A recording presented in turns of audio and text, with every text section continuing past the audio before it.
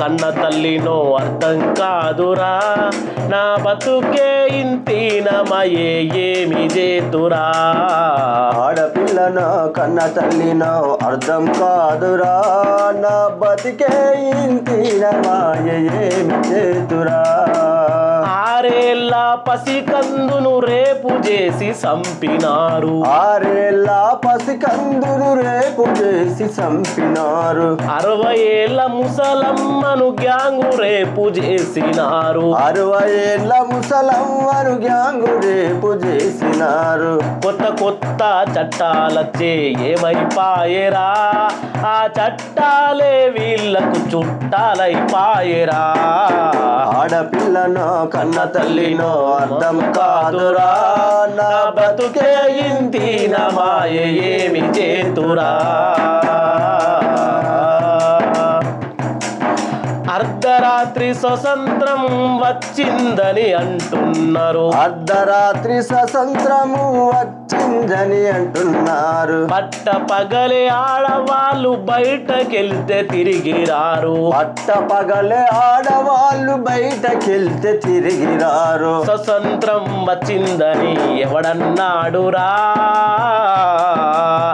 ఆడవాళ్లకు గౌరవం ఎక్కడ ఉందిరా. ఆడపిల్లనో కన్న తల్లినో అర్థం కాదురా, నా బ్రతుకే ఇంతీనమాయే ఏమి చేతురా. భార్యగా మీకు పడక సుఖం ఇవ్వాలి, భార్యగా మీకు పడక సుఖము ఇవ్వాలి. పిల్లలు కనడానికి వస్తువుగా మారాలి, పిల్లలు కనడానికి వస్తువుగా మారాలి. పురిటి నొప్పుల బాధ ఏమి తెలుసురా, కన్న తల్లినే అంగట్లో అమ్మి వేసిరా. ఆడపిల్లనో కన్న తల్లినో అర్థం కాదురా, నా బతుకే ఇంతీనమాయే ఏమి చేతురా. ఆడపిల్లనో కన్న తల్లినో అర్థం కాదురా, నా బ్రతుకే ఇంతీనమాయే ఏమి చేతురా.